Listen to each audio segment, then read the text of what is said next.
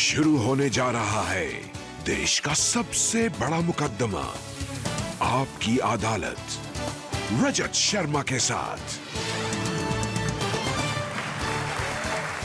नमस्कार, आपकी अदालत में आपका स्वागत है। आपकी अदालत में आज पेश करेंगे सुप्रीम कोर्ट के एक बड़े वकील को, एक ऐसे वकील जिन्हें उनकी अपनी पार्टी के लोगों ने सवालों के घेरे में खड़ा कर दिया है। प्लीज वेलकम आम आदमी पार्टी के नेता और सुप्रीम कोर्ट के जाने माने वकील प्रशांत भूषण।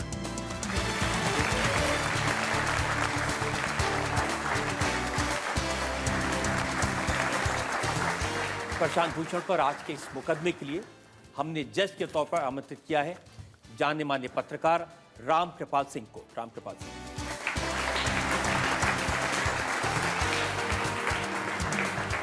और इससे पहले कि आज का ये मुकदमा शुरू करें, एक नजर डालेंगे उस बैकग्राउंड पर, पृष्ठभूमि पर जिसमें आज का ये मुकदमा चला जा रहा है जाने माने वकील प्रशांत भूषण का।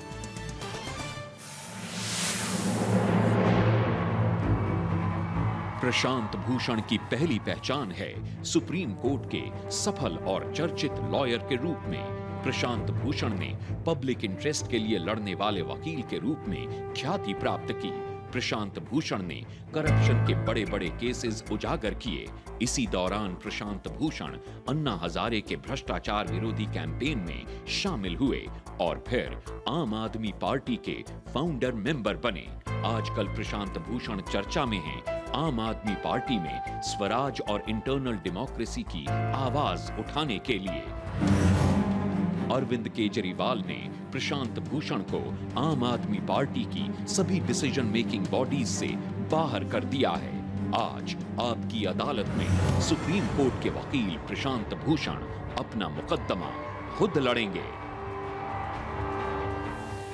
मुकदमा शुरू करते हैं। आपकी अदालत में पहला इल्जाम प्रशांत भूषण पर।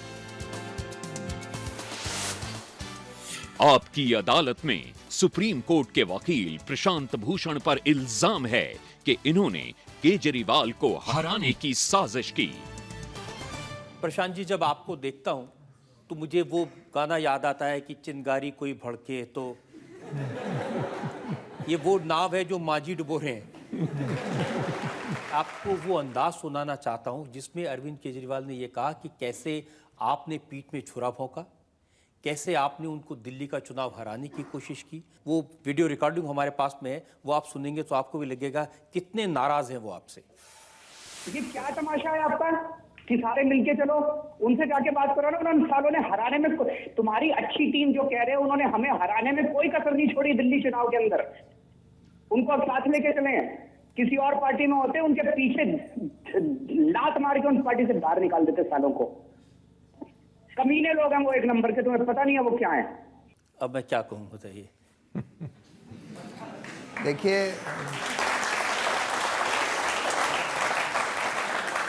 ये जो बार बार कहा जा रहा है कि हराने की पूरी कोशिश करी, ये किस आधार पर कहा जा रहा है?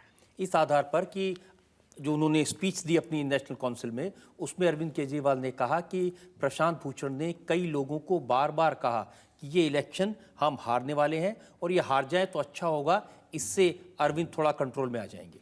ये बिल्कुल सरासर झूठ है। मैंने ये बोला, जब मैं ये देखता गया कि पार्टी में एक के बाद एक अरविंद जो हैं अनैतिक काम करते चले जा रहे हैं, कि आवाम एक वॉलंटियर एक्शन मंच खड़ा हुआ, उसको बदनाम करने के लिए उनके नाम से एक एसएमएस चला दी जैसे कि वो बीजेपी में मिल गए हैं। कम्युनल पोस्टर छपवा दिया। जब इलेक्शन कैंपेन शुरू हुआ तो वॉलंटियर से बोल दिया कि एक अंडरग्राउंड सोशल मीडिया कैंपेन चला दो, Modi for PM, Kejriwal for CM. इसका क्या मतलब है कि आपने मोदी के सामने अपने घुटने टेक दिए? जो पार्टी ये मोदी को चैलेंज कर रही है, मोदी के ऑल्टरनेटिव की तरह नेशनली खड़ा होना चाहती है, वो मोदी के सामने अपने घुटने टेक रही है। उसके बाद जब ये कैंडिडेट सिलेक्शन का मामला आया तो बगैर किसी पारदर्शिता के, बगैर वेबसाइट पर कैंडिडेट्स के नाम डाले उनका चयन किया जा रहा था। मैंने बोला कि इनके बायोडेटा तो पीएससी में भेजो, हम लोगों को पीएससी में उनको अप्रूव करना है। अप्रूवल के लिए कुछ तो पता होना चाहिए कौन कैंडिडेट हैं इनके बारे में। वो नहीं भेजे गए। उसके बाद जब हमने ऑब्जेक्ट किया कुछ कैंडिडेट्स के खिलाफ तो पीएससी की मीटिंग करना ही बंद कर दिया। उन्होंने उन 12 कैंडिडेट्स का जिक्र किया आपने भाषण में। नहीं, रुकिए, तब जब ये सब हो गया तो मैंने बोला कि भाई ऐसे नहीं चल सकता। अगर ऐसे तुम लोग इलेक्शन लड़के जीतना चाहते हो तब तो मुझे रिज़ाइन करना पड़ेगा और अपने जो रीज़न्स हैं रिज़ाइन करने के वो पब्लिक करने पड़ेंगे। तब फिर मेरे घर पर एक इमरजेंसी मीटिंग बुलाई गई जिसमें 17-18 लोग आए। पंकज गुप्ता भी थे, पृथ्वी रेड्डी, मयंक गांधी, योगेंद्र यादव, आनंद कुमार वगैरह सब लोग थे। उसमें मैंने ये बोला कि अगर इस तरह से हम लोग इलेक्शन जीतेंगे, इस तरह के कैंडिडेट्स को लाकर, इस तरह के मीन्स अख्तियार करके, तब तो हमारी पार्टी इलेक्शन जीतने के बाद बिल्कुल ही डूब जाएगी, क्योंकि उसके बाद तो और बड़े बड़े कॉम्प्रोमाइज़ करने पड़ेंगे। इससे तो बेहतर है कि हम लोग ऑनरेबल कैंडिडेट्स खड़े करके हार ही जाएं तो बेहतर होगा। उस स्टेटमेंट को ट्विस्ट करके ये कहा जा रहा है कि हमने हराने की कोशिश करी। अगर हम हराना चाहते तो उस समय मैं प्रेस कॉन्फ्रेंस करके अपना इस्तीफा दे देता और बता देता कि भाई क्या क्या पार्टी में हो रहा है, किस तरह से कैंडिडेट्स चूज किए जा रहे हैं। प्रशांत जी, ये हराने की कोशिश नहीं थी कि इलेक्शन के बीचों बीच शांति भूषण जी जो आपके पिता हैं वो ये कहें कि किरण बेदी कोई कम नहीं है अरविंद केजरीवाल से, वो अगर मुख्यमंत्री बनेंगे तो दिल्ली को एक ईमानदार सरकार देंगी? देखिए, वो उनकी निजी राय थी, क्योंकि वो ये मानते थे, वो ये मानने लगे थे कि भाई अरविंद केजरीवाल में बहुत सारी खामियां हैं। मैंने उस समय तुरंत उसके 1 घंटे के अंदर ये अपनी राय उनसे अलग करते हुए बोला कि मैं उनकी राय से सहमत नहीं हूँ। लेकिन बाद में जो चीज़ें सामने आई हैं, क्या ये हराने की कोशिश नहीं थी कि आपने जो 12 उम्मीदवारों के नाम दिए, अरविंद केजरीवाल ने अपने भाषण में कहा कि उनकी जांच कराई गई, उनमें से 10 बिल्कुल ईमानदार निकले, उसके बावजूद प्रशांत भूषण ने वो टाइम्स ऑफ इंडिया को लीक कर दिए नाम? मैंने नहीं लीक किए। ये सब चीज़ें तो सारी सार्वजनिक करीब करीब हो चुकी थीं, क्योंकि इस पर पूरा प्रोसेस हो चुका था। तो तब ये तय हुआ कि ये सारे जितने भी कैंडिडेट्स के खिलाफ कंप्लेंट्स हैं वो लोकपाल को भेजी जाएंगी और इलेक्शन के तुरंत बाद नेशनल एग्जीक्यूटिव की मीटिंग कराई जाएगी और जो बाकी इश्यूज हैं इंस्टीट्यूशनल रिफॉर्म्स के, पारदर्शिता के, जवाबदेही के और ये स्वराज के और आंतरिक लोकतंत्र के, उसके बाद तुरंत नेशनल एग्जीक्यूटिव इनको एड्रेस करेगी। लेकिन उस समय वो नाम भेजे गए, 12 नाम जिन पे हमने आपत्ति उठाई थी, 2 को हटा दिया गया, 6 को वार्निंग दे दी गई, 4 को बरी किया गया एडमिरल रामदास द्वारा।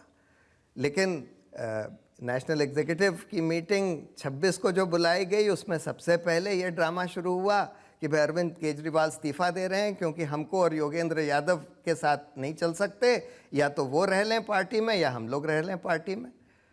और इंस्टीट्यूशनल रिफॉर्म्स की जो बात होनी थी, जिसका पूरा बाकायदा समझौता हुआ था कि भाई ये सब इश्यूज इमीडिएटली टेकअप करे जाएंगे, उनको दरकिनार कर दिया गया। उन्होंने जो सवाल उठाए, मैं जिन 10 उम्मीदवारों की बात कर रहा था उनके बारे में उन्होंने कहा, जैसे अमानुल्लाह खान जिसका आप जिक्र बार बार कर रहे हैं, उन्होंने कहा वो तो दंगा रोकने वाला व्यक्ति है।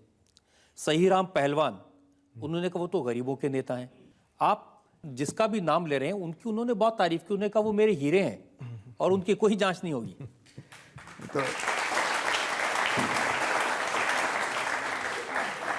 तो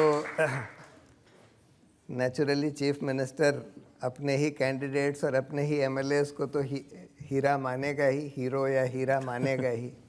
सवाल ये है कि अमानतुल्लाह वो व्यक्ति हैं जिनको वो कम्युनल पोस्टर जो कि बिल्कुल पार्टी ने छपवाया था, जिसमें ये बोला था कि कौम के गद्दारों ने हाथ मिलाया कौम के कातिलों से, एक बिल्कुल कम्युनल पोस्टर पार्टी की तरफ से छपवाया गया और उसमें किसी पार्टी का किसी का नाम नहीं दिया गया। और उसमें दिलीप पांडे को जब गिरफ्तार कर लिया गया पुलिस के द्वारा, तब फिर अमानतुल्लाह की तरफ से एक चिट्ठी लिखवाई गई पुलिस को कि भाई ये पोस्टर मैंने छपवाया है, पार्टी ने नहीं छपवाया है, जबकि पुलिस के पास पूरा उसका ट्रेल था, ईमेल ट्रेल, जो ये दिखाता था कि पार्टी ने छपवाया है, दिलीप पांडे ने छपवाया। फिर भी और तुरंत उसके 1 हफ्ते के अंदर अमानतुल्लाह को उस कंस्टिट्यूंसी का प्रभारी घोषित कर दिया और उसके बाद उसको टिकट प्रॉमिस कर दिया।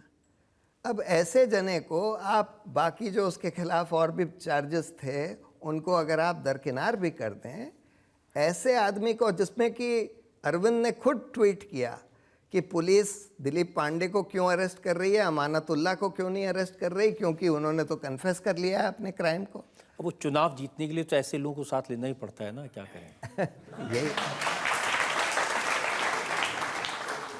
यही सवाल हम लोग उठा रहे थे कि भाई ये पार्टी कुछ उसूलों पर बनी है, ये पार्टी वैकल्पिक राजनीति पेश करने के लिए बनी है, ये पार्टी ईमानदार राजनीति के लिए बनी है। अगर आप इलेक्शन जीतने के लिए इस तरह के गलत तरह के कैंडिडेट्स, जिनकी की छवि बहुत ख़राब है, जिन्होंने, एक ऐसा कैंडिडेट था जिसके पास, जो कि जूनियर इंजीनियर था जल बोर्ड में, 16,000 तनख्वाह वाला, उसके पास आज 7 फार्म हाउसेस, 5 होटल्स और बहुत सारे अपार्टमेंट्स हो गए हैं। अब उसकी तो जांच, वो बेचारे एडमिरल भी 5 दिन में उसके एसेट्स की तो जांच नहीं कर पाए, तो उसको एक वार्निंग देकर एक कंडीशनल क्लीन चिट दे दी गई। लेकिन ऐसे ऐसे कैंडिडेट्स जो कि पिछले इलेक्शन में कांग्रेस या भाजपा में थे, 2 महीने पहले तक कांग्रेस या भाजपा में थे या बीएसपी में थे, हमारी पार्टी से कोई जुड़ाव नहीं था, कोई आइडियोलॉजिकल कमिटमेंट नहीं था, जिनकी संपत्ति का कोई पता नहीं था कि भाई कहाँ से उन्होंने इतनी संपत्ति इकट्ठा कर ली, ऐसे ऐसे लोगों को आप हमारी पार्टी का कैंडिडेट बना रहे हैं, और बगैर किसी पारदर्शिता के। हम पिछली बार हम लोगों ने ये तय किया था, हमारी पार्टी के कॉन्स्टिट्यूशन में लिखा है कि भाई कैंडिडेट के चयन के पहले शॉर्ट लिस्टेड कैंडिडेट्स के नाम पार्टी के वेबसाइट पर डाले जाएंगे। अब की बार वो सब कुछ किया ही नहीं। लेकिन प्रशांत जी, आपको इन कैंडिडेट्स के बारे में सब कुछ पता था, जो बातें आज आप बता रहे हैं, आपने दिल्ली जनता को नहीं बताया। दिल्ली की जनता के साथ तो बड़ा धोखा हो गया।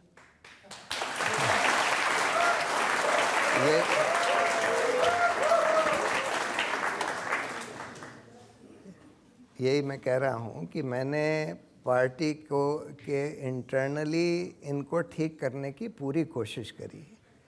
जब मुझे लगा कि भाई अब पानी जो है नाक के ऊपर चढ़ता जा रहा है, तब मैंने बोला कि भाई अब तो अगर कुछ नहीं किया गया तो मुझे रिज़ाइन करना पड़ेगा और अपने रीज़न सार्वजनिक करने पड़ेंगे। केजरीवाल जी एक और बात अपनी कही अपने भाषण में, उन्होंने कहा कि मैंने तो प्रशांत पर इतना भरोसा किया, एक इशारे पर मैं जेल चला गया प्रशांत के कहने पर, और इन्होंने मेरी पीठ में छुरा फूंक दिया।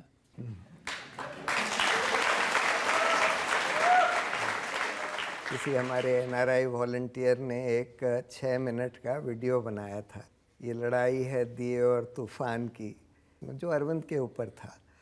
मैं तो उसको देख देख के मेरे आँख में आंसू आ जाते थे। मैं तो हर तरह से उसको सपोर्ट कर रहा था, लीगली, फाइनेंशियली, एडवाइस देते हुए उसकी कमियां ज़रूर पॉइंट आउट करता था कि भाई तुम में बहुत अच्छाइयाँ हैं, ये 2 कमियां हैं, इनको ठीक करना ज़रूरी है, नहीं तो उसके इंस्टीट्यूशनल अरेंजमेंट्स करने पड़ेंगे कि तुम अपनी चलाना चाहते हो और दूसरा तुम अनैतिक काम करने के लिए तैयार हो जाते हो। जब ये कोर्ट का जो मामला था, उसने पहले ही ये घोषणा कर दी थी कि भाई मैं तो बेल नहीं लूँगा चाहे जेल चला जाऊँ। अब जज ने उससे पूछा कि भाई आप ये बेल बॉन्ड भरने के लिए तैयार हैं? जज ने उसको अच्छी तरह से समझाया कि बेल बॉन्ड जो है क्या होता है। उसने बोला कि मैं नहीं तैयार हूँ, तो इसलिए उसको जेल भेज दिया गया। अब इसमें मैं क्या करता? ये तो उसका निजी डिसीजन था। जब उसने ये घोषणा कर रखी थी कि मैं जेल चला जाऊंगा लेकिन बेल नहीं दूंगा।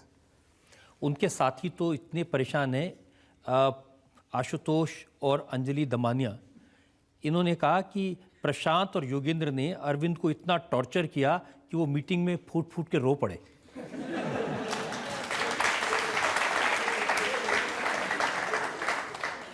नहीं, ये बात सही है कि वो मीटिंग में रो दिया था, और ये भी सही है कि टॉर्चर किया था आपने। जून की मीटिंग में रो दिया था, और ये लोकसभा चुनाव के तुरंत बाद की मीटिंग है। उस समय उसको ये एक हताशा सी हो गई थी कि भाई अब ये पार्टी ख़त्म हो गई, इसको बचाने का एक ही तरीका है कि अब हम फिर से सरकार बना लें, कांग्रेस की सपोर्ट लेकर फिर से सरकार बना लें, किसी तरह से सरकार बना लें। उसको हम लोग अपोज कर रहे थे, हम और योगेंद्र यादव। ये बात सही है कि वो टूट गया था और वो वहाँ रोने लगा था, और हम लोगों ने और बहुत सारे लोगों ने उसको संभाला था। लेकिन हम लोग उसको ये कहते थे कि भाई इतना निराश या हताश होने की ज़रूरत नहीं है। इलेक्शन में हम लोगों का रिज़ल्ट जितनी हम लोगों की अपेक्षा थी उस तरह से नहीं आया, लेकिन ये नहीं सोचने की ज़रूरत है कि भाई अब पार्टी ख़त्म हो गई, अब कुछ नहीं बचा। लेकिन जो अब आपके साथ किया उससे आप निराश और हताश हैं? मेरे साथ जो हुआ ये इम्पोर्टेंट नहीं है, पार्टी के साथ जो हुआ है वो इम्पोर्टेंट है। क्योंकि देखिए, पार्टी के साथ इस देश के लाखों लोगों की, खासकर युवकों की पूरी उम्मीदें जुड़ी हुई थी। एक बहुत पॉजिटिव ऊर्जा पूरे देश में जगी थी, खासकर युवकों में, जो कि अपने घर से निकल कर देश को बदलने के लिए खड़े हुए थे। कह रहे थे कि ये दूसरी आज़ादी का आंदोलन है। अब उनको लगने लगा कि भाई क्या हमको धोखा दिया गया, क्या ये पार्टी वही पार्टी है जो हमने इस आदर्श के साथ बनाई थी।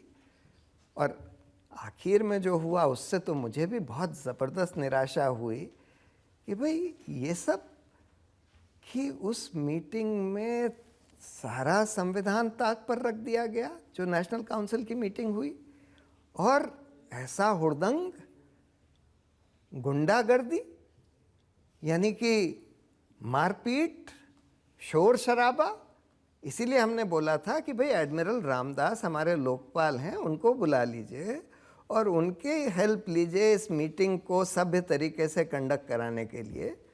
लेकिन उसके तुरंत बाद उनको बोल दिया गया कि आप मत आइए, और इस मीटिंग के बाद उनको बोल दिया गया कि थैंक यू वेरी मच, आपका टर्म ख़त्म हो गया, आप जाइए।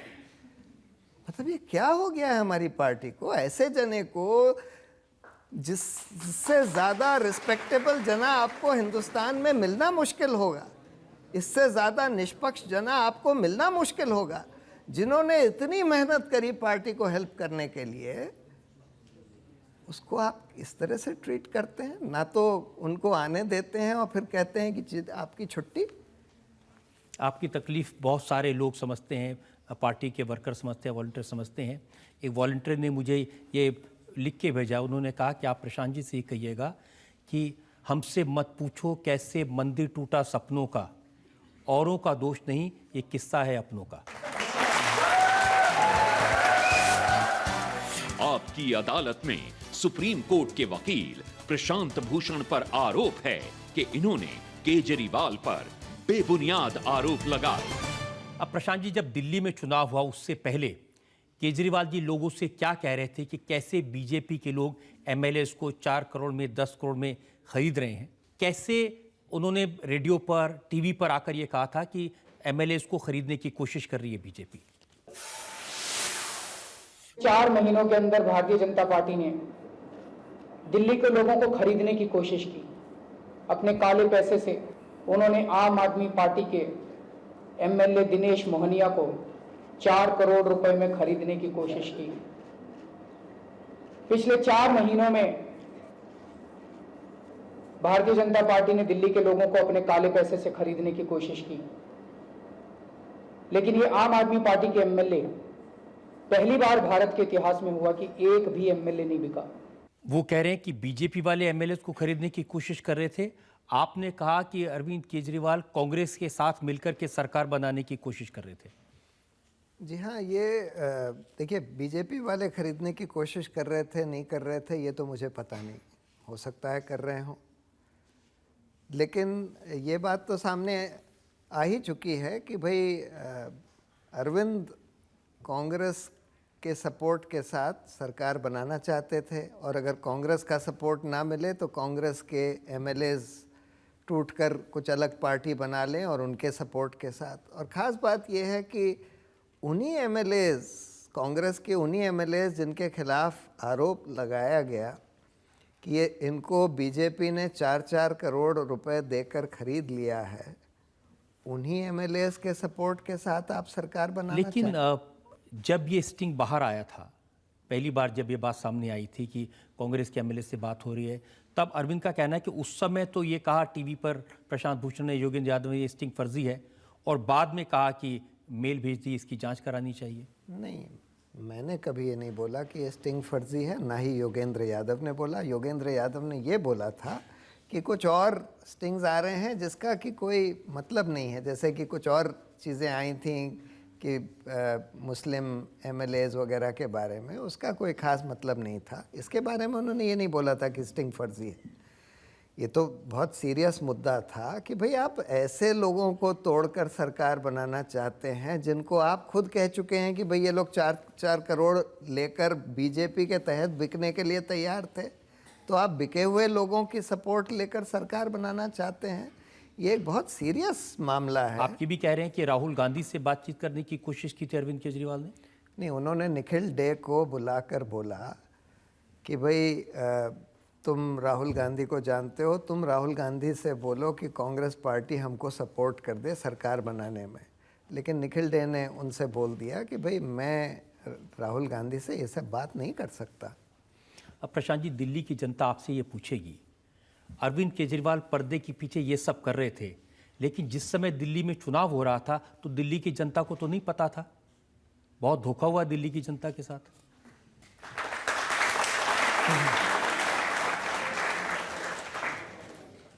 हाँ, ये सारी चीज़ें नहीं पता थीं और मेरे मन में भी ये दुविधा थी, क्योंकि देखिए मेरी कोशिश लगातार ये रही कि किसी तरह से इस पार्टी को, जो बड़े आदर्श के साथ, जिसमें कि बहुत सारे बहुत बढ़िया वॉलंटियर्स हैं, किसी तरह से ये सब जो गलत चीज़ें हो रही हैं इनको सुधारा जा सके और ऐसे सिस्टम्स पार्टी में बनाए जा सकें जो कि तय हो गया था। चिट्ठी में ये भी लिखा है कि पार्टी चंदा इकट्ठा करते है, उसका हिसाब तो होता है, लेकिन खर्चा कहाँ होता है उसका कोई हिसाब नहीं होता। जी हाँ, ये भी एक पारदर्शिता की बात है कि भाई खर्चे का भी तो पूरा ब्यौरा हमको वेबसाइट पर डालना चाहिए। बहुत सारी चीज़ें हमको वेबसाइट पर डालनी चाहिए जो नहीं डाली गई हैं, जैसे हमारे मेंबर्स कौन हैं, हमारे एक्टिव मेंबर्स कौन हैं, हमारे ऑफिस बेयरर्स कौन हैं, हमारे फैसले क्या लिए गए, ये सारी चीज़ें वेबसाइट पर नहीं हैं जो कि डाली जानी चाहिए। आपने इस पर भी सवाल उठाया कि 50-50 लाख रुपए के चेक अननोन सोर्सेज से आए, 2 करोड़ रुपया पार्टी को डोनेशन में मिला, इसकी तो जांच नहीं हुई? जी हाँ, इसकी भी जांच होनी चाहिए थी और इसके सिस्टम्स बनने चाहिए थे। ये हम लोगों को कहा जा रहा था कि भाई इसके सिस्टम्स अब हम बना रहे हैं कि भाई अब आगे से इस तरह की फर्जी कंपनीज़ के थ्रू डोनेशन ना आ पाएँ। देखिए, उस समय ये एक बार तय हुआ था कि अगर 10 लाख से ज़्यादा का चेक आता है तो वो पीएसी के अप्रूवल के लिए भेजा जाएगा। इसमें थोड़ी सी लैप्स हुई कि वो पीएसी के अप्रूवल के लिए नहीं भेजा गया और किसी ने ये चेक नहीं किया कि भाई ये कंपनी जिसके नाम से चेक दिया गया था, ये कंपनी कौन है, किसकी है, क्योंकि बाद में ये निकला कि ये फर्जी कंपनियां थीं। आप कह रहे हैं कि आप पार्टी में पारदर्शिता की बात कर रहे थे, लोकतंत्र की बात कर रहे थे, सिस्टम्स की बात कर रहे थे, और अरविंद केजरीवाल कह रहे हैं ये दिल के काले लोग हैं। अब प्रॉब्लम यह है कि अगर अरविंद के फैसलों को अपोज करना या अरविंद के जो मीन्स हैं उनको अपोज करना, इसको ये माना जाएगा कि भाई ये छुरा भोंक रहे हैं, ये दिल के काले लोग हैं, ये पार्टी को ख़त्म करना चाहते हैं, तो और किसी और पार्टी में होते तो लात मार के बाहर निकाल दिया जाता।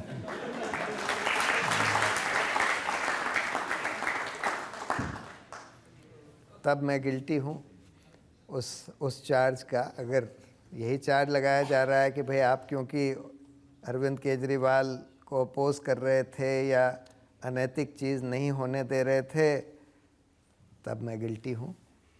गिल्टी तो इस बात की है कि इतनी सारी चीज़ें आप अपने दिल में जज्ब करके बैठे रहे और चुनाव से पहले दिल्ली की जनता को नहीं बताया। अब देखिए, ये कई बार बड़ी दुविधा होती है कि भाई किस पॉइंट पर आप, जैसे मैंने बोला ना कि जब बहुत सारी चीज़ें हो गई और जब कैंडिडेट्स के चयन में भी कोई पारदर्शिता नहीं थी और गलत तरह के कैंडिडेट्स का चयन किया जा रहा था, तब मैंने बोला कि भाई देखो, अब तो पानी नाक के ऊपर से निकलता जा रहा है, अब अगर इसको नहीं सुधारा गया तब मुझे रिज़ाइन करना पड़ेगा और बताना पड़ेगा मैं क्यों रिज़ाइन कर रहा हूँ। तब एक कॉम्प्रोमाइज़ उस समय किया गया कि भाई अच्छा, तुरंत हम लोग ये कैंडिडेट सिलेक्शन का मुद्दा लोकपाल को दे देते हैं और बाकी जो इश्यूज़ हैं इलेक्शन के तुरंत बाद एड्रेस किए जाएंगे। तो आपको भरोसा हो गया था कि चुनाव के बाद में ये सारे इश्यूज एड्रेस किए जाएंगे? उस समय तो ये भरोसा था, क्योंकि ये बिल्कुल लिखित अग्रीमेंट मोरलेस हो गया था, साइन नहीं हुए थे लेकिन लिखित अग्रीमेंट हुआ था। लेकिन उसके बाद वो होने के बजाय तो तुरंत उल्टा अटैक आया कि भाई इन लोगों को अब पार्टी से निकालो। तब आपको लगता है आपके साथ धोखा हुआ? देखिए, मेरे साथ धोखा हुआ नहीं हुआ इसका कोई ख़ास अहमियत नहीं है। सवाल ये है कि हमारे जो इतने अच्छे वॉलंटियर्स जिन्होंने इतने खून पसीने से ये पार्टी का गठन किया, उनके साथ धोखा हुआ कि नहीं हुआ, वो उनको आज ये फीलिंग हो रही है कि उनके साथ धोखा हो गया। बहुत सारे ऐसे सपोर्टर्स आपके यहाँ हैं, आम जनता भी यहाँ पर मौजूद है, जो लोग सवाल पूछना चाहते हैं। जी हाँ। सर, आपका इतना अपमान हो रहा है पार्टी में, तो आप नहीं सोचते कि आपको पार्टी को छोड़ देना चाहिए? देखिए, मेरे लिए तो सबसे आसान तरीका है कि पार्टी को छोड़ दूं, क्योंकि मैं तो प्राइमरीली वकालत करता हूं, जनहित के मुकदमे लड़ता हूं और जो पीपल्स मूवमेंट्स वगैरह हैं बड़े बड़े मुद्दों पर, उनको सपोर्ट करता रहा हूं। लेकिन ये बात सही है कि देखिए, अगर मैं सिर्फ अपनी निजी बात सोचता तो मेरे लिए तो सबसे आसान है कि भाई ये सब छोड़ के अपना जो काम मैं पहले करता रहा हूँ वही मैं करता रहूँ। सर, मेरा क्वेश्चन ये है कि आम आदमी पार्टी छोड़ने के बाद क्या आप अपनी नई पार्टी बनाएंगे? नहीं, देखिए, पहली बात तो मैंने अभी पार्टी छोड़ी नहीं है। हो सकता है मुझे निकाल दिया जाए 2-4 दिन में। निकाल ही दिया जाएगा, इसमें आपको कोई शक नहीं होना चाहिए। आपकी अदालत में सुप्रीम कोर्ट के वकील प्रशांत भूषण पर इल्जाम है कि इन्होंने अपनी पार्टी को गलत रास्ता दिखाया।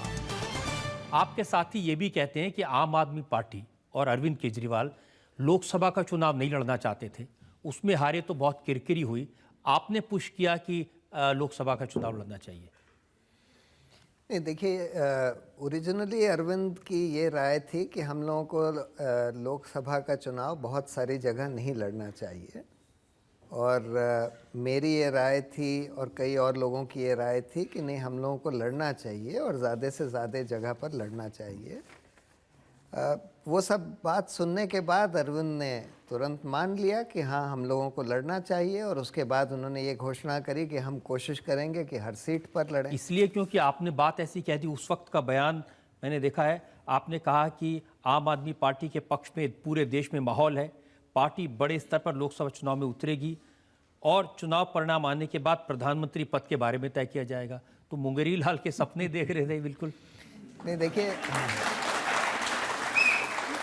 मेरी राय में वो फैसला सही था, क्योंकि उससे 2 बड़ी चीज़ें हुई। एक तो पार्टी का पूरे देश में विस्तार हुआ, फैलाव हुआ, पूरे देश में पार्टी को लोग जानने लगे कि भाई ये आम आदमी पार्टी है, इसका ये सिंबल है, इसके नेता अरविंद केजरीवाल हैं। और उसके अलावा 4 हमारे एमपीज़ आए। अगर हम चुनाव बहुत कम जगह लड़ते, सिर्फ दिल्ली के ही सीट्स पर लड़ते, जैसा कि कुछ लोग शुरू में कह रहे थे, तब हमारे ये 4 सीट्स भी नहीं आती। लेकिन एक तीसरी बात भी हुई, इस हार से केजरीवाल रोने लगे, हताश हो गए और उन्होंने कहा मैं तो राजनीति छोड़ के घर बैठ जाऊंगा। हाँ, वो हताश। देखिए, कोई भी अरविंद केजरीवाल यंग हैं, अरविंद केजरीवाल को अभी राजनीति का बहुत ज़्यादा तजुर्बा नहीं है, इसलिए इसके लिए उनको नहीं ब्लेम करना चाहिए कि वो उस समय हताश हो गए। हम लोग ने उनको बोला कि भाई देखो, इसमें हताश होने की ज़रूरत नहीं है, लेकिन हो जाता है कई बार, ऐसा सोचने की ज़रूरत नहीं है। लेकिन जब दिल्ली में 70 में से 67 सीटें जीत ली, तो क्या उसके बाद अरविंद केजरीवाल बदल गए? मतलब जिस तरह से उन्होंने बिहेव किया है इस जीत के बाद, क्योंकि फैसला तो ये हुआ था कि भाई हम लोग जो पार्टी में सुधार होने चाहिए उसकी चर्चा करेंगे, लेकिन उन्होंने तो शुरू से ही ये वार शुरू किया कि भाई अब ये लोग जो हमको अपोज करते रहे हैं या हमारे फैसलों को अपोज करते रहे हैं या हमारे रास्ते में हमको रोड़ा दिख रहे हैं, इन लोगों को हटाओ बस अब। लेकिन जिस दिन जीते थे उस दिन उन्होंने जो भाषण दिया था उसमें कहा था हम में अहंकार नहीं आना चाहिए। देखो, अहंकार से बीजेपी वाले हारे, अहंकार से कांग्रेस वाले हारे। हाँ, तो इसमें तो खैर बहुत विरोधाभास है। जो उन्होंने बोला और जो किया, इसमें बहुत विरोधाभास है।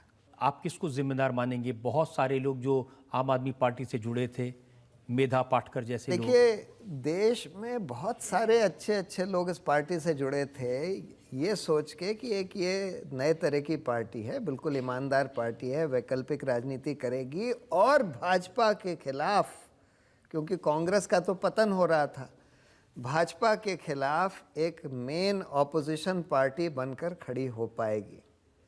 लेकिन उनको आज सबको बहुत निराशा हुई है इस तरह से जो सिलसिला चला पिछले 1 महीने से।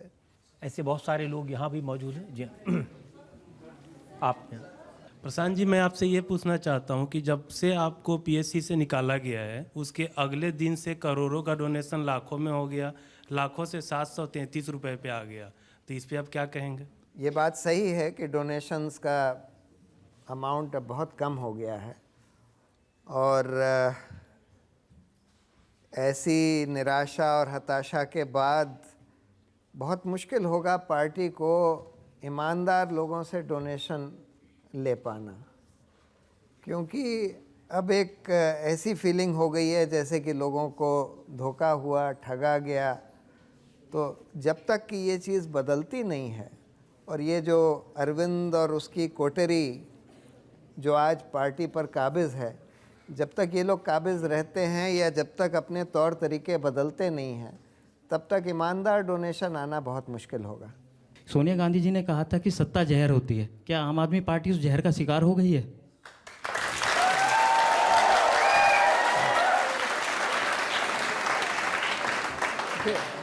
सोनिया गांधी जी ने शायद ये नहीं बोला था, लेकिन अन्ना हज़ारे ने ज़रूर बोला था कि भाई ये राजनीति एक कीचड़ है और तुम लोग इसमें घुसोगे तो तुम लोग भी कीचड़ हो जाओगे। उस समय हम लोगों ने ये बोला था कि नहीं, हम लोग बिल्कुल फ़र्क तरह की राजनीति करने निकले हैं और हम लोग उसूलों पर कायम रहेंगे और हम बिल्कुल स्वच्छ, साफ, पारदर्शी राजनीति करेंगे। लेकिन आज जिस तरह से अरविंद और उसका जो एक कोटेरी जिसको कह सकते हैं, उन्होंने जिस तरह से उसूलों को ताक पर रखा है, उससे आज अन्ना ज़रूर ये कह रहे होंगे कि भाई मैंने तुमको बोला था और देखो यही हो गया। लेकिन प्रशांत जी, अरविंद क्या कह रहे हैं वो भी सुनने वाली बात है। उन्होंने कहा कि प्रशांत भूषण ने, योगेंद्र यादव ने जिस तरह से सवाल उठाए, जिस तरह ट्रांसपेरेंसी की बात की, इससे किसका फ़ायदा हुआ? क्या प्रशांत भूषण का फ़ायदा हुआ? क्या योगेंद्र यादव का फ़ायदा हुआ? क्या आम आदमी पार्टी का फ़ायदा हुआ? उनका कहना है कि इससे बीजेपी का फ़ायदा हुआ और कांग्रेस का फ़ायदा हुआ। देखिए, अगर कोई पार्टी में सुधार की बात करने की वजह से अगर पार्टी को नुकसान होता है और किसी दूसरी पार्टी को फ़ायदा होता है तो वो हो। हमें तो देखिए, हम कोई इसलिए नहीं निकले थे कि हम उसी तरह की राजनीति करें जैसे कि भाजपा, कांग्रेस, बीएसपी, समाजवादी पार्टी करते हैं, जो भ्रष्ट कैंडिडेट्स को उतारते हैं, मसल पावर, मनी पावर के आधार पर चुनाव जीतते हैं, जो हर तरह की बेईमानी करते हैं। अगर हमको यही सब करना होता राजनीति में तो फिर हमको पार्टी बनाने की ज़रूरत थोड़ी थी। पार्टी तो हमने इसलिए बनाई थी। तो इसलिए अगर पार्टी को अपने उसूलों पर कायम रखने की लड़ाई लड़ने से किसी दूसरी पार्टी को फ़ायदा भी हो जाए तो इससे तो हमको उससे नहीं डरना चाहिए कि भाई अगर हम पार्टी को सुधारना चाहते हैं, उसको अपने उसूलों पर कायम रखना चाहते हैं तो वह लड़ाई लड़नी पड़ेगी। आपकी अदालत में सुप्रीम कोर्ट के वकील प्रशांत भूषण पर आरोप है कि ये राजनीति में दूसरों के हाथ की कठपुतली बन गए। इल्जाम प्रशांत जी ये है कि प्रशांत भूषण और शांति भूषण इतने वरिष्ठ, इतने समझदार होते हुए भी योगेंद्र यादव के हाथों की कठपुतली बन गए हैं। वो जैसे नचा रहे हैं, ये ऐसे नाच रहे हैं।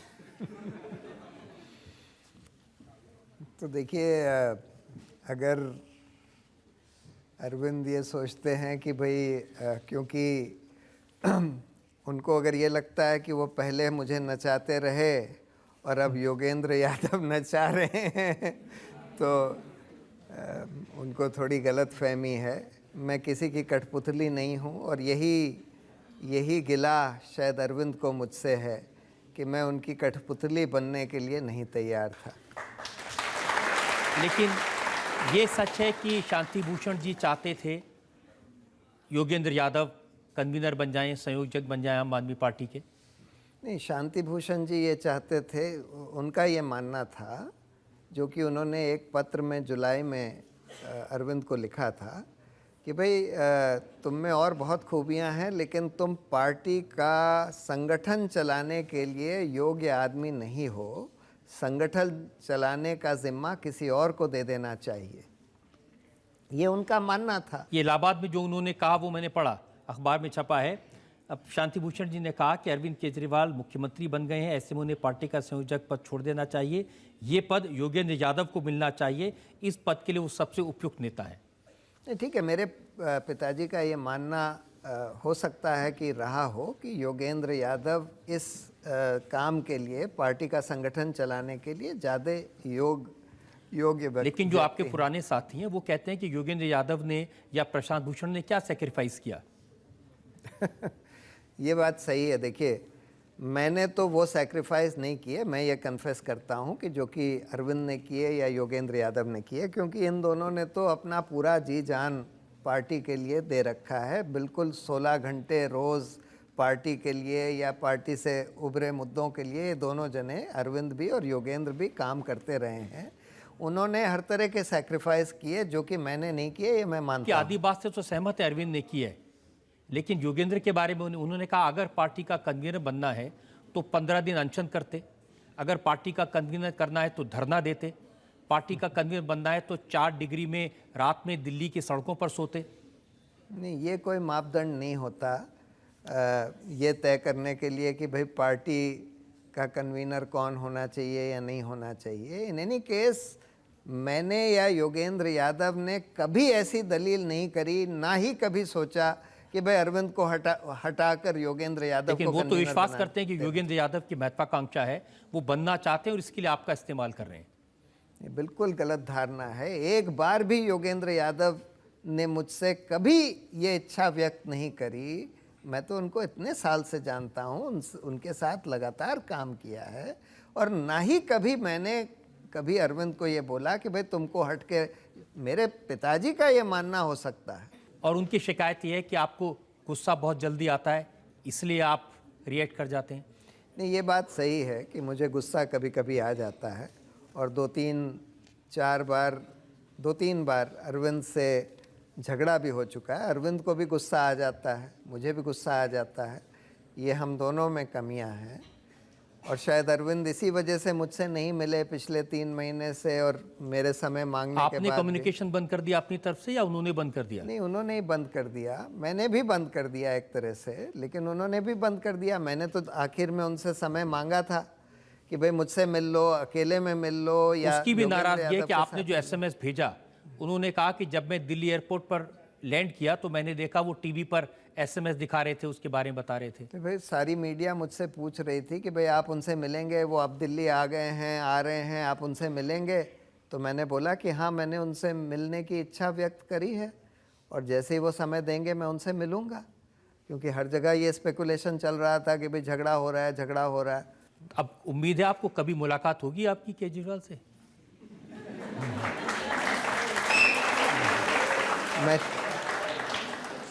मैं तो चाहूँगा कि मुलाकात हो, और मैं चाहूँगा कि हमारे रिश्ते फिर से वैसे बन सकें जैसे कि पहले थे। मैं तो उनको बिल्कुल जी जान से चाहता था। जैसे मैंने बोला कि मैं वो वीडियो देख कर मेरे आँख में बार बार आंसू आ जाते थे। लेकिन अब आपकी बातें सुन सुनकर उनकी आँख में आंसू आ रहे हैं।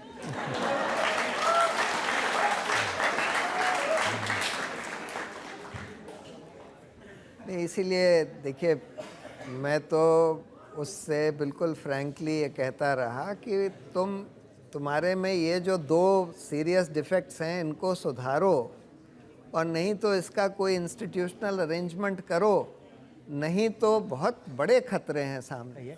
Final round. हाँ, जनता में गलत संदेश जा रहा है कि ये कुछ नहीं कर रहे और आपस में लड़ाई लड़ रहे हैं। आपस में लड़ाई लड़ रहे हैं। आप जनता का काम कैसे करोगे जब यह लड़ाई कब तक चलती रहेगी? एक आम आदमी परेशान हो चुका है देख देख के। एक आम आदमी की आपसे एक उम्मीद थी कि आप कुछ करेंगे, दिल्ली के लेकर कुछ करेंगे, लेकिन आप दिल्ली वाले हताश हो चुके हैं कि वो अपने घर का ही कलेश नहीं मिटा पा रहे, तो बाहर दिल्ली का क्या मिटाएंगे वो?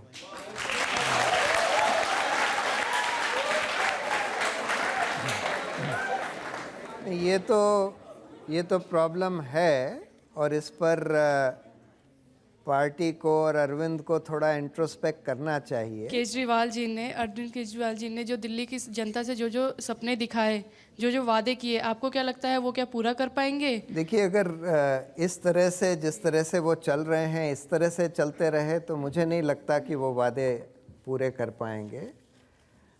उनको ये रियलाइजेशन हो जाना चाहिए। अगर ये रियलाइजेशन उनको होगा कि भाई सिर्फ अपनी चलाना सही नहीं है, क्योंकि हर चीज़ आपको नहीं पता होती, आपको और लोगों की भी राय लेनी होती है और एक्सपर्ट्स की भी राय लेनी होती है। ये सोच लेना कि हम सब कुछ जानते हैं, ये सही नहीं है। दूसरा कि भाई इस तरह से अनैतिक चीज़ों का इस्तेमाल करना ये सही नहीं है। अगर उनको ये रियलाइजेशन हो जाएगा और सही तरह के सलाहकारों को दरकिनार करना सही नहीं है, तब फिर हो सकता है वो डिलीवर कर पाएँ, लेकिन इस तरह से तो नहीं डिलीवर कर पाएंगे। प्रशांत जी, आपने बहुत सारे अनैतिक काम गिनाए, उसके सबूत भी दिए, समझा भी दिया जनता को, लेकिन इतने बरस आप अरविंद केजरीवाल के साथ रहे, आपको ये समझने में इतनी देर क्यों लगी?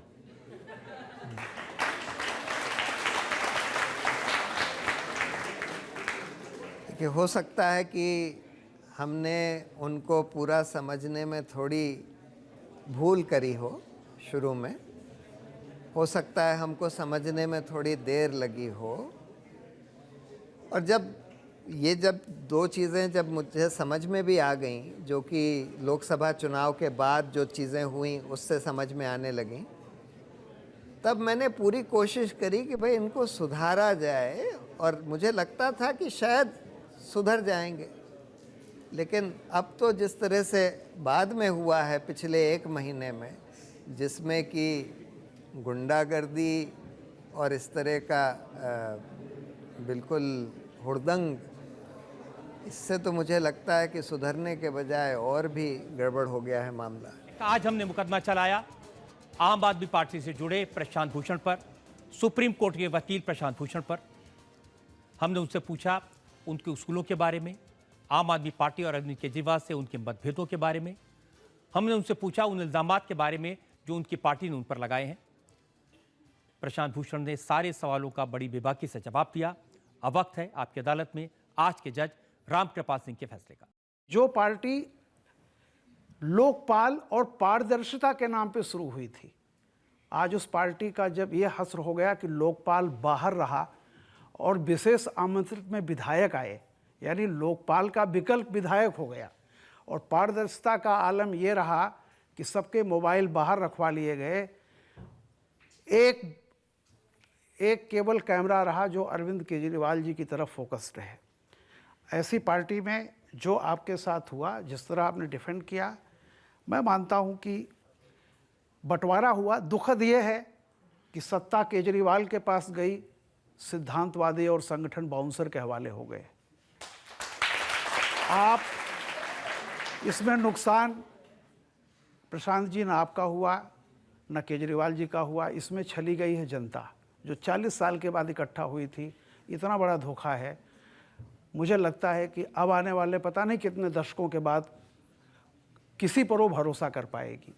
रही बात आपके साथ या आपके योगेंद्र जी के साथ जो भी हुआ और जिस तरह से आपने डिफेंड किया, मैं मानता हूँ देर आए दुरुस्त आए, इसलिए आपने बखूबी अपने डिफेंस रखे हैं। कोई आरोप आप पर बनता नहीं है जिसका कोई तथ्य से मिलते नहीं है। हाँ, ज़रूर है, जैसा मैंने कहा कि खामोशी भी कई बार बड़ा नुकसान करती है। वो कहीं न कहीं ऐसा लगा है और बाइज्जत आपको सभी आरोपों से हम बरी करते हैं।